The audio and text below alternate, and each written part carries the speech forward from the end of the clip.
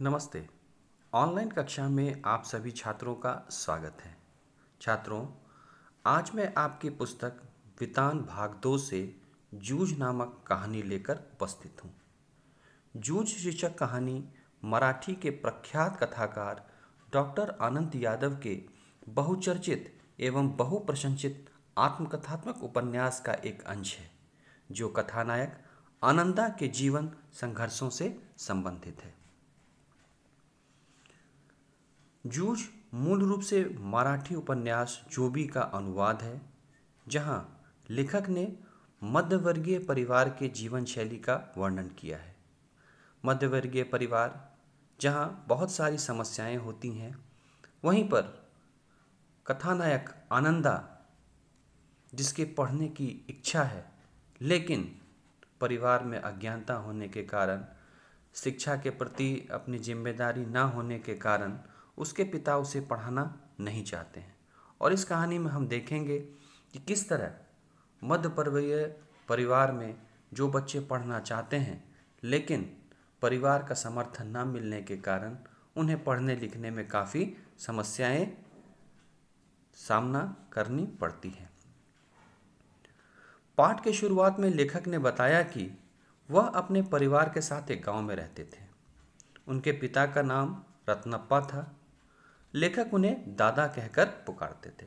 जिस तरह से कई लोग अपने पिता को बाबा, दादा, पापा कहते हैं, उसी प्रकार लेखक अपने पिता को दादा कहकर पुकारते थे। लेखक के पिता ने उनकी पढ़ाई 5वीं कक्षा में ही छुड़वा दी थी। उनका मानना था कि पढ़ाई से ज़्यादा ज़रूरी कार्य खेती करना है। तो यहाँ हम देख सकते हैं कि गांव में अशिक्षा होने के कारण लोग शिक्षा के महत्व को नहीं समझते थे। ठीक उसी प्रकार लेखक के पिता भी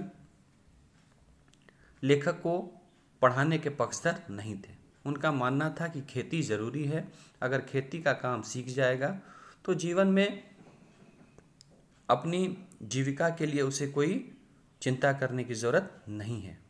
उनके पिता उन्हें जानवर चराने के अलावा खेत पर भी पानी देने का कार्य भी करते थे।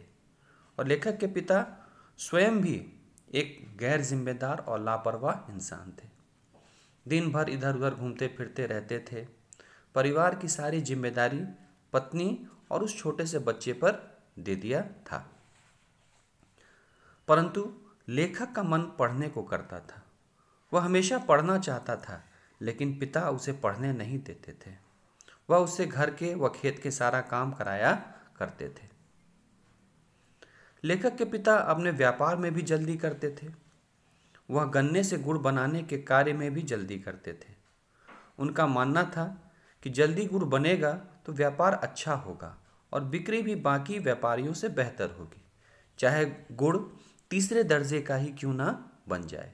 लेकिन वहीं अन्य व्यापारियों की सोच थी कि वह गन्ने को खेतों में कुछ दिन और छोड़ देते थे, जिससे गन्ने में रस की मात्रा और बढ़े, उसमें मिठास अधिक आए, और जब वह उससे गुड़ बनाते थे तो गुड़ की गुणवत्ता इनके गुड़ से अधिक होती थी।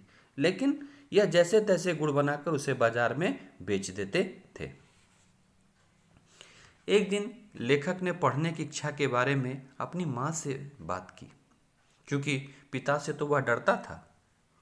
उसने माँ से कहा कि वह पढ़ना चाहते हैं। उसने माँ को इस विषय में पिता से बात करने को कहा, लेकिन माँ ने मना कर दिया, क्योंकि माँ भी पिता से बहुत डरती थी।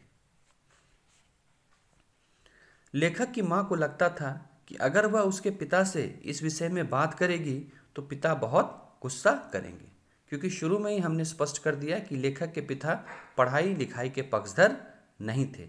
इसलिए लेखक स्वयं तो पिता से बात करने में डरता ही था, यहाँ तक कि माँ को भी डर लगता था कि यदि वह उसके पढ़ाई की बात करेगी तो वह गुस्सा हो जाएंगे, नाराज़ हो जाएंगे।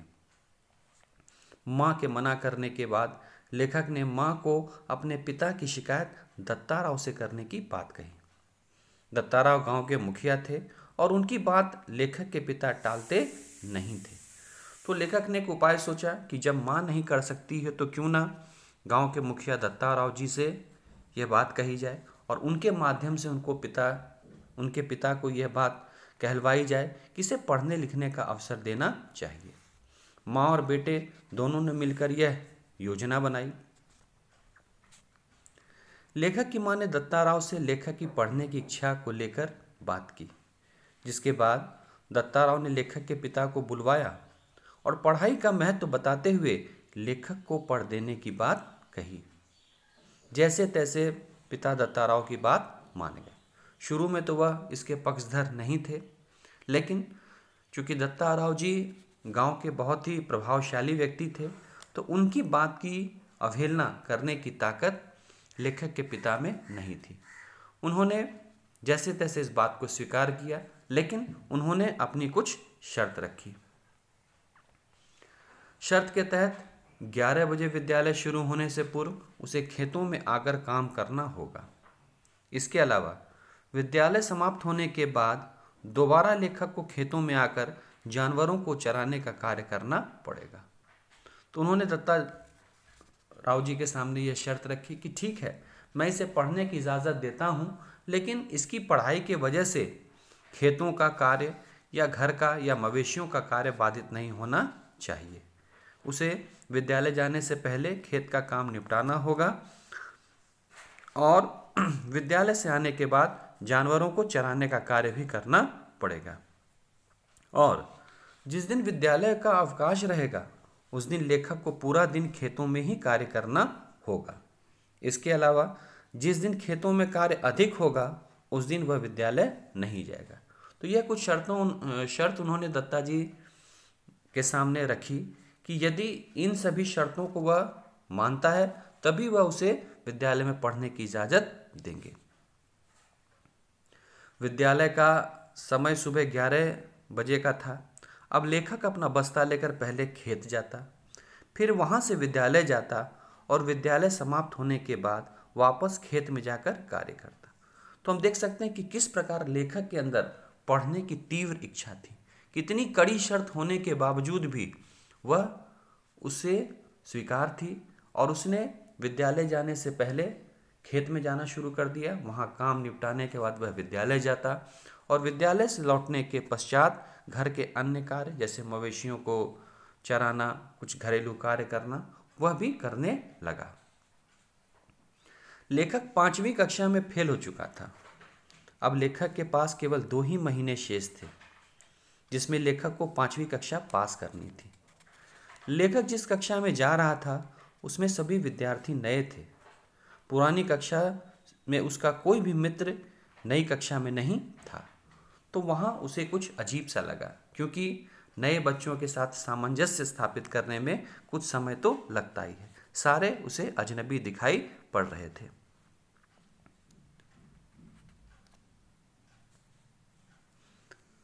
विद्यालय के पहले दिन कक्षा में जाते हुए लेखक के सामने एक शरारती छात्र आ गया।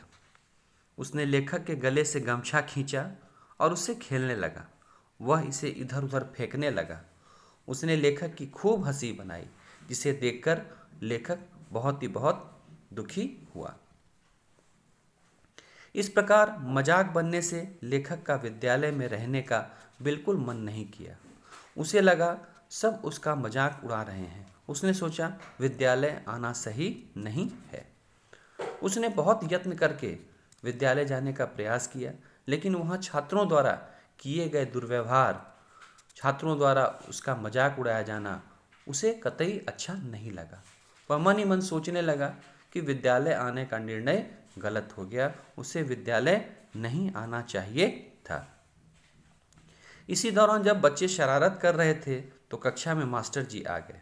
उनका नाम रणबड़े था। उन्होंने शरारत कर रहे बच्चों को रोका और वामन पंडित की कविता पढ़ाने लगे।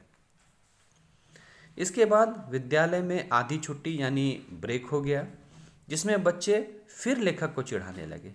लेखक की मटमैली धोती और गमछे की जमकर मजाक बनाने लगे। उसके गमछे को उछाल उछाल कर खेलने लगे। लेखक को बहुत बुरा लगा, उसे बहुत दुख हुआ। अगले दिन लेखक स्कूल जाने से डर रहा था।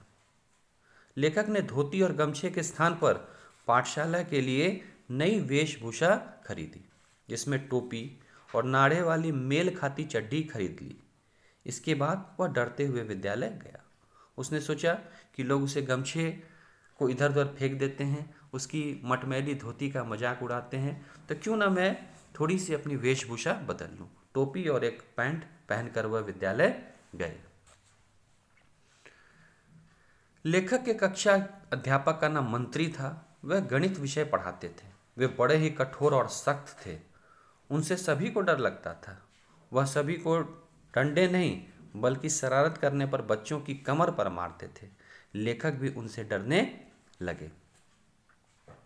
इस सब के चलते लेखक का मन बिल्कुल भी विद्यालय जाने का नहीं करता था, परंतु उसे पढ़ना था। अब यहाँ उनकी स्थिति अत्यंत दुविधाजनक थी।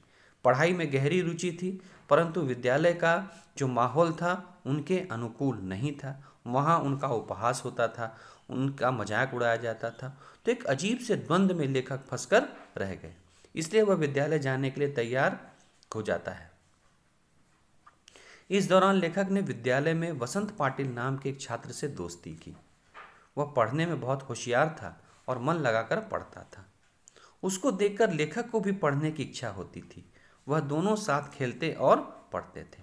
तो वसंत पाटिल नाम के छात्र से जब उनकी दोस्ती हुई, चूंकि वह एक अच्छा और होशियार और समझदार लड़का था, तो उसने उसे पढ़ने के लिए प्रेरित किया और इसका साथ मिलते ही इनका आत्मविश्वास, इनका हौसला एक बार फिर से बढ़ गया। लेखक के विद्यालय में मराठी भाषा और कविता लेखन मास्टर सौंदलेकर थे। उन्होंने लेखक को बहुत समझाया और कविता लिखना भी सिखाया। वह बहुत अच्छी कविताएं लिखते और समझाते थे। वह जिस प्रकार कविता को लयबद्धता के साथ बोलते और समझाते, उससे छात्रों को तुरंत समझ आ जाता। कुछ चीज़ें बोलने और समझाने से जल्दी समझ आ जाती है। ऐसे ही वह मास्टर थे। लेखक के जीवन में सौंदलेकर मास्टर साहब की बहुत अहमियत थी। उन्हें वह बहुत अधिक आदर और सम्मान देते थे और उन्होंने अपने जीवन में आगे बढ़ने के लिए लेखक को काफ़ी प्रेरित किया। उनको कविताओं का अच्छा ज्ञान था। उन्हें कविताओं में रस, छंद, अलंकार आदि सहित कविताओं की लयबद्धता को लेकर अच्छा ज्ञान था। लेखक को भी कविताएं लिखने की प्रेरणा मराठी भाषा के मास्टर सौंदलेकर जी से ही मिली। मास्टर जी लेखक को बार बार कविताएं लिखने के लिए प्रोत्साहित करते रहते थे। धीरे धीरे लेखक को भी कविताएं लिखने में रुचि होने लगी। लेखक को लिखना काफ़ी अच्छा लगने लगा। लेखक जो कुछ भी लिखता मास्टर जी को सुनाता। मास्टर जी भी लेखक की कविताएं सुनकर उसकी कमियों को बताते और उसे लयबद्ध करने का तरीका बताते। मास्टर जी लेखक को और ज़्यादा प्रेरित करते कि वह बहुत अच्छा लिखता है और बेहतर कर सकता है। मास्टर जी की प्रेरणा के चलते लेखक और बेहतर लिखने लग गया। कविताएं रचते रचते लेखक को दो बातें समझ आ गया था। एक तो वह कविता लेखन से अकेलापन महसूस नहीं करता था और दूसरा वह कविताएं लिखते लिखते उन्हें लयबद्ध करने की कला भी सीख गया था। लेखक के मन में स्वयं की कविता रचने और बोलने का आत्मविश्वास और बढ़ जाया करता था। लेखक को मास्टर जी का साथ बहुत अच्छा लगता था। वह अपनी सभी चिंताएं और परेशानी उन्हें कविता सुनाकर भूल जाते थे। इस पाठ से हमें यह समझ में आता है कि लेखक ने अपने जीवन में परेशानियों से जूझता ही रहा। वह संघर्ष ही करता रहा, चाहे वह पढ़ने के लिए हो या फिर पिता से किसी काम को कराने के लिए ही क्यों ना हो। तो इस प्रकार हम देख सकते हैं कि आनंदा जो एक मध्यवर्गीय परिवार से संबंध रखता था, उसने अपनी दृढ़ इच्छा शक्ति से, कठिन परिश्रम से पढ़ाई की और जिस तरह की भी मुश्किलें उसके सामने आती गई, उसने कभी भी हिम्मत नहीं हारी। जूझ यानी जिसका अर्थ होता है संघर्ष, सब परिस्थितियों से जूझते हुए, संघर्ष करते हुए उसने कभी अपनी पढ़ाई को विराम नहीं दिया और वह धीरे धीरे एक होनहार विद्यार्थी बन गया। लेखक ने इस कहानी के माध्यम से आनंदा के संघर्ष की मार्मिक चेतना को पाठक के सामने जीवंत कर दिया है। यह एक किशोर के देखे एवं भोगे हुए गंवई जीवन के खुरदरे यथार्थ और उससे रंगारंग परिवेश की अत्यंत विश्वसनीय जीवंत गाथा है।